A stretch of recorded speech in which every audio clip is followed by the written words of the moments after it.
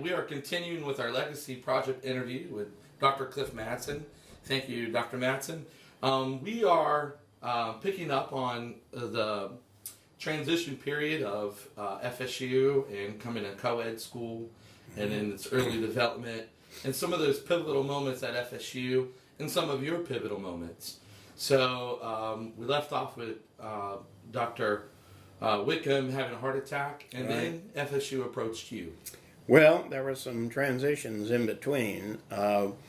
Actually, they went to the dean, Carl Kirsteiner, and Whitcomb had recommended that I take over the Chiefs. And Kirsteiner said, well, you know, I think that Brown Eagle ought to have first turn down. And so they approached Brown Eagle, and he approached me. And he said, you know, I'm really good at charting and whatever, he says, but I just, you know, not comfortable about all the ideas and everything. And I had brought 2 shows with me, including all the parts, you know, everything. It's one of the few things that I put in my little trailer in the back of a Volkswagen, you know, coming to Tallahassee. And one was a circus show, perfect for FSU, and the other one was a round the world show, perfect for anybody. You know, Echoes of Spain and whatever, it was great. Mm-hmm. And so I said, because Brown Eagle was actually responsible for my being hired here, the brass faculty. I found that out much later. A lot of people took credit for that, but it was Brown Eagle who really was the impetus behind that. I found out much later. And he and I were very close friends. Well, he came to me, as I said before, and he said, would you help me? And he said, you and Charlie work really well together, and I'm smiling, of course, because just a couple of weeks ago, you know, had that great celebration. So By the special. way, I want to say, I said this to the Stetson people, and I said this to everybody down there sincerely. They do, I think, a better job at that than anyone that I've ever seen anywhere. I mean, it was first rate, it was well planned, it went off very smoothly. The band that, you know, the late Bobby Adams put together, that Southern just Winds. comes together. Yeah, Southern Wind, they just come together rarely, but they sound professional. And that was absolutely wonderful. And the conductors that I chose, of course, Patrick Dunnigan here, and my buddy John Southall. He and I have been close forever. Yeah. And then Cliff Colnott, of course, can't afford Cliff, but he likes me a lot, so he flies down and whatever. He's just really a first-rate musician up there in Chicago. Of course, works with the Civic and a lot of other organizations. Well, they all commented about what a great group the Southern Winds was, and the Southern Winds folks commented about how they rose, they thought, to a different level because of the outstanding conductors. And of course, it started with Bentley and, you know, Bob Thurston and doing all the Charlie Carter things. And then the 3 that I had chosen to do parts of mine. Charlie and I had a very, very close relationship. I mean, the last few days before he died, I was in the hospital, and as strange as this seems, Charlie was reminiscing about these crazy things in our past, and we got laughing in that hospital room. Just beyond belief. That was Charlie. I mean, he was unlike any other person that I've ever met in my life. And, you know, more than a tad zany. But creative beyond belief, wrote those counter, you know, the trombone. I mean, nobody does that any better than Charlie. Or does now, did, whatever. I've never heard of. Anyway, so I look forward to working with Charlie. And at that time, we were charting on a great big board with little lead men. And guys with white hats, they were the tubas, sousaphones. So we'd tell Brown Eagle what we wanted, you know. And I was saying, well, we'll do this, because it was all thematic back then. You know, now we've gone to a mix of core and whatever. But back then it was all thematic and, 8 to 5, and nobody was really good at marching sideways or backwards. They just go frontwards. And but that was a day that we were in and the time that we were in. So Brownagel loved to do that. And of course, what his bias was that he told everybody, and I thought I agreed with it, was wonderful. The marching chiefs have always looked good moving from one formation to another.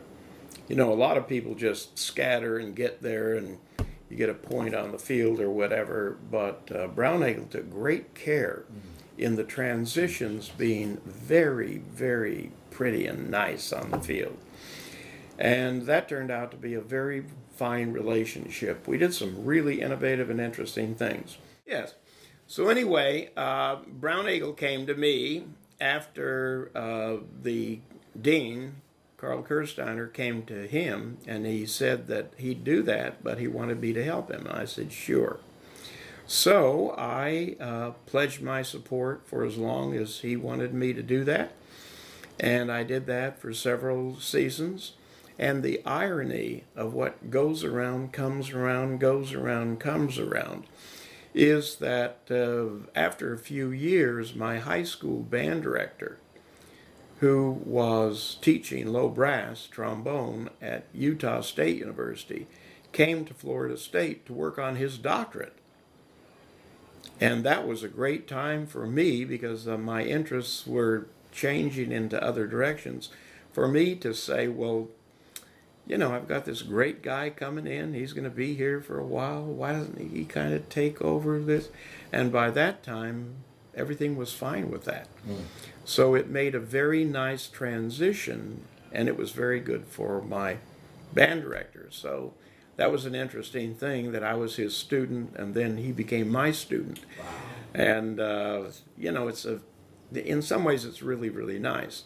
And of course, the thing that we had to avoid is even the appearance of favoritism.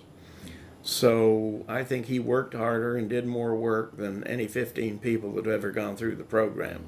Very much like Bentley Schallhammer. I remember Bentley, one of the best students I ever had, because you'd sign in a paper and the very best one would be 15 pages, and Bentley's would be 30 or 35, and it would be much better than anything that you've ever gotten in your life before. He's another standard. Oh, yeah. The yeah. Bentley Schellhammer standard. You got that, but I don't think many people know that his scholarship is just as developed and just as exceptional as all the other things he's done. Well, and Bentley also another director of the Chiefs. So you were talking about some of these transitions and evolutions of the Chiefs, and how you're proud of that. What makes you think that be the case here at FSU? Why do you think Florida State is a leader? Because they've been very, very careful. And we did have a person that came in and unfortunately didn't work out. He was here 1 year. It would be easy to kind of write him out of history, but he was here for a year. And what happened is that he had come in deciding that he's going to change everything. And just way too much, too fast, too soon. Right. So the drum major, one of my trumpet students at the time, he just had an individual talk with him, and he said, listen, he said, we're very proud of this marching band tradition, and we have a lot of things in place, and we're just not prepared to just throw all of that away and start all over again. And he lasted 1 year, and then we've had very good luck in getting some really outstanding people. That's beautiful. From then until now. Now, at that same time that I was working with the marching band, I was also working with the concert band. We only had two, the symphonic and the concert, or the concert and whatever. But the second band I was working with, and I also did the ROTC. And I took over the brass choir from William F. Kramer. Now, William F. Kramer was one of those people that came from Ohio State, and he had this voice of, he'd actually put his finger here, hum, and that was a low E flat. That's how we could find any pitch anytime. He was a very, you know, uh, Navy. I mean, he went clear up to the top ranks in the Navy, and he was instrumental in taking a lot of the good people here, the bright ones that are good musicians, and kind of talking about the career that they could have in music. And one of our doctoral students who's finishing this year, Gabe Arnold, actually just wrote a recent article and he talked about the advantages of what he did, which is he was a proud Marine for all those years. Absolutely. So I think that's healthy and good. I've always been a supporter of our military, men and women in action, and I have the greatest respect, and I make sure that I say that on a regular basis, because the world we live in now, as you well know, is that all those sacrifices being done by people, and other people don't even seem to be too much aware of it unless it's in their family. Now, I'm a child of the Second World War, and we knew who was, family members and cousins and uncles, and I was a very young child at the time, but that was a different, everybody had a victory garden, everybody was committed. And now the commitment is a yawn, or, don't bother me with that or whatever. I think that's unfortunate. But that's another discussion for another time. So I was directing the brass choir, and from William F. Kramer, and I inherited all of his music. And he also told me that I should teach myself to play by accompanying my students from the Borgogni. I'm not saying that correctly. Borgogni. Yeah, you know as a trombone player. And they're simple little things, both, basically triadic, but they're melodic and whatever. And he was right. I'd sit down at a lesson, and, I took class piano. I even studied piano when I was a kid, but, Anyway, so I actually learned how to play the piano and how to sight read and everything. And I owe that to William F. Kramer, our trombone teacher of years. That one was one of the people that Whitcomb brought with him. And I think I mentioned that Nancy Fowler was another one. He brought people that worked in the Research and Development School. I don't know what name we were calling it. But Glenn Highland was one, and he had the program there for a long time, the band. It was a different kind of interaction, and it was very community-oriented. We didn't send our students out in the field because we just sent them down to our laboratory school. Now we've gotten so big that we just outgrew it. We outgrew that, and we outgrew Tallahassee, and now we need the state in order to place interns. But I'm telling a little bit of that history because that was a formative stage for what has transpired at Florida State University in the band area for a long, long time. So when Wardle had taken over my job, and Brown Eagle was very comfortable with that, Charlie, that tripartite relationship. And of course I helped anytime I was asked because I was committed, and I was committed to the Chiefs. I still am. I ask everybody at the beginning of class, who's a Chief? And I said, I like you guys better than I like you other ones. I say I'm kidding, but I really do. The Chief, it's an extracurricular activity that has a range like a bell-shaped curve as far as ideology and religious beliefs. You got guys in there that they can't wait to party every chance they get. And then you've got people at the end of every rehearsal that are meeting to, give praise. But at the same time, there's a lot of unique coming together. Mm-hmm. And you get 400 people to come together to do one thing really well. And I think that's the best of the best. And of course, I'm in Phi Mu Alpha, and I'm a Kappa Kappa Psi. I'm an honorary, a Tau Beta Sigma. The first one, I think, maybe second one. I think Whitcomb was the first honorary. And they gave me a little plaque in the shape of a heart. So they dubbed me the honorary sweetheart of Tau Beta Sigma. And I'd have it hanging up, except it kept falling off the wood, so I kind of had to store it away. I'll repair that if you want. Fix That's what the new TBS people have told me. Yeah. So anyway, that was when I started to get into research. That's when I started to get into music therapy, and my interest changed. Yeah. I always loved the band. I can truthfully say I've taught almost every class that we've had here at Florida State University, except composition. But I did teach what we call bandstration. And that was for the therapy people that had to know, you go into an institution and you've got an accordion player, a fiddle player, a clarinet player, and somebody else. And they have to know how to deal with all of that. So that final assignment is they had to know their transpositions and they had to know how to voice. And, I think one time it was, I gave them a West Side Story tune and told them what the instrumentation was and told them they had to take care of everybody and challenge everybody, but have it to be idiosyncratic. And by the way, the very first thing that I think I'd say about our Ellen Tafe Swillish, an EPS professor. I was the head of that committee, and she was the first person I got here to be an EPS professor. It's a real coup for us, because she already had standing offers at Juilliard and any number of other places. But her work, because she knows so much about band, the reason for that is she came here, and to get a scholarship, you had to play in a band. And to play in a band, you don't march with a violin. So she was playing trumpet. How about that?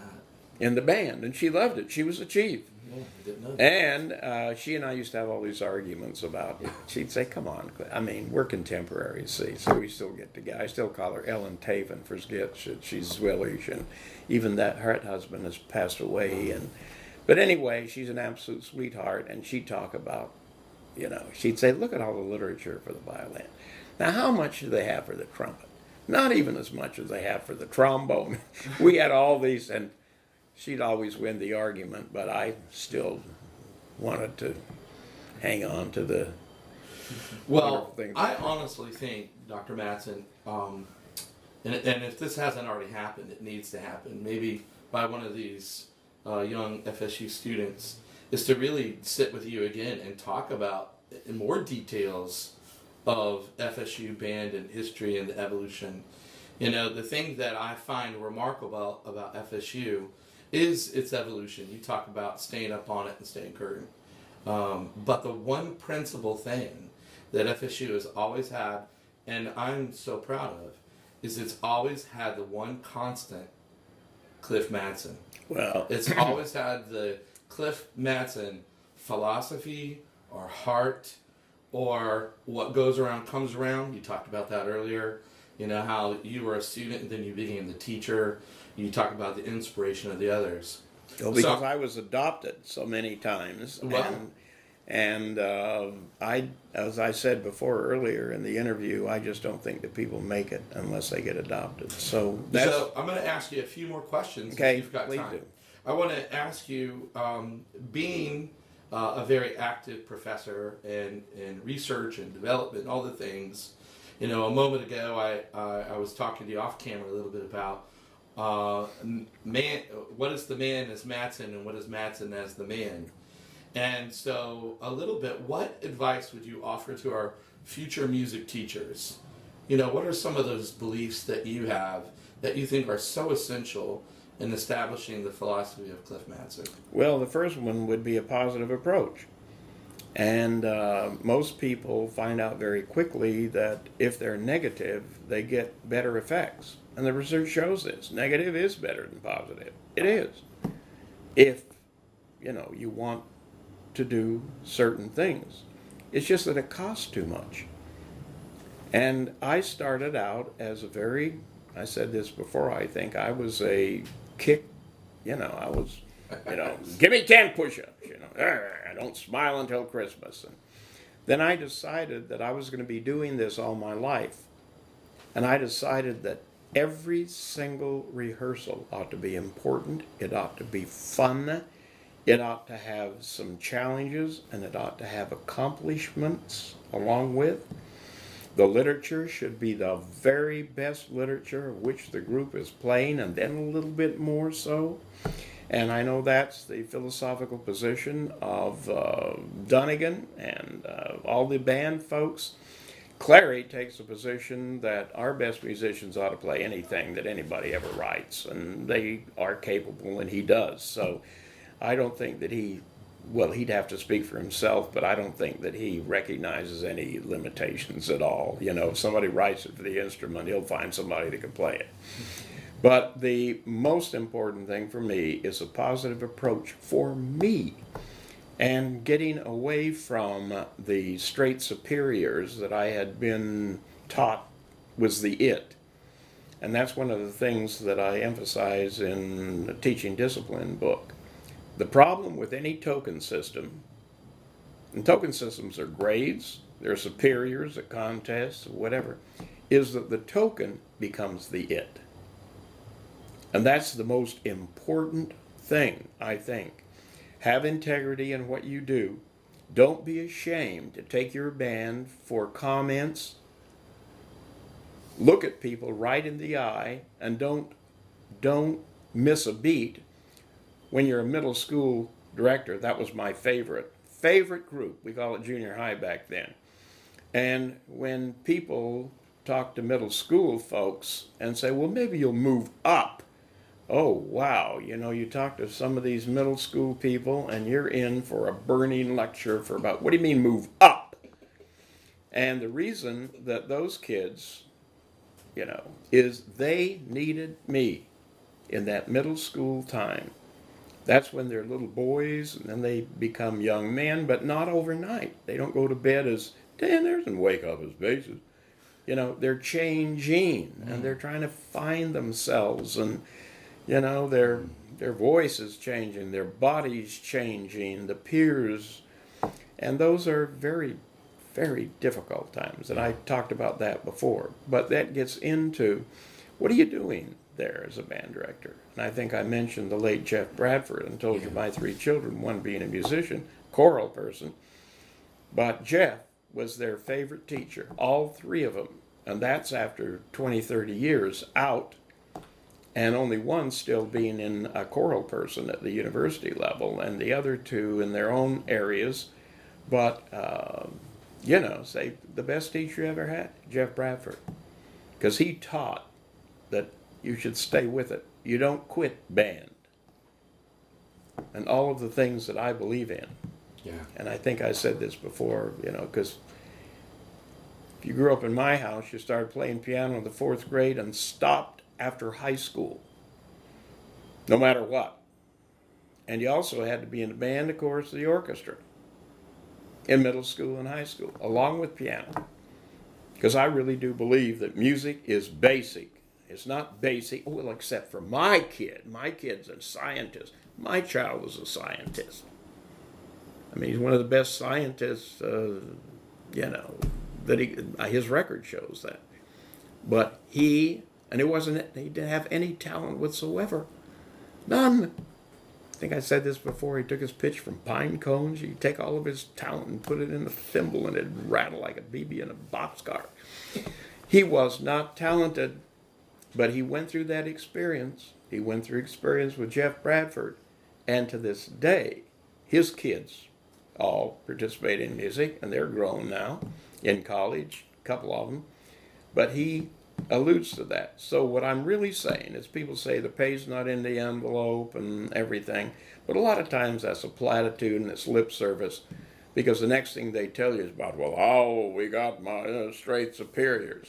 Or even worse, without your ever hearing their band, they say, what do you think I should play for content? So, I'm very opinionated about that. But I think so. I wanted to go into, and I did that here. I did that with the Chiefs. I did that with a brass choir. I did it with a second band. I did it with ROTC. We started on time. We ended on time. We worked efficiently. I treated them with respect. Yeah. And I don't call out anybody, even if they deserve it, because it costs too much. Public humiliation is one of the worst things that you can do, even if deserved. So that's gets in that great big umbrella of a positive approach, which I've tried to live since my younger years as a public school music teacher. Well, I'll end by quoting the late Hubert Humphrey, I think it was, who said, "Rarely are we upset with ourselves for having said too little." So I think I've said enough, and I thank you. Thank you.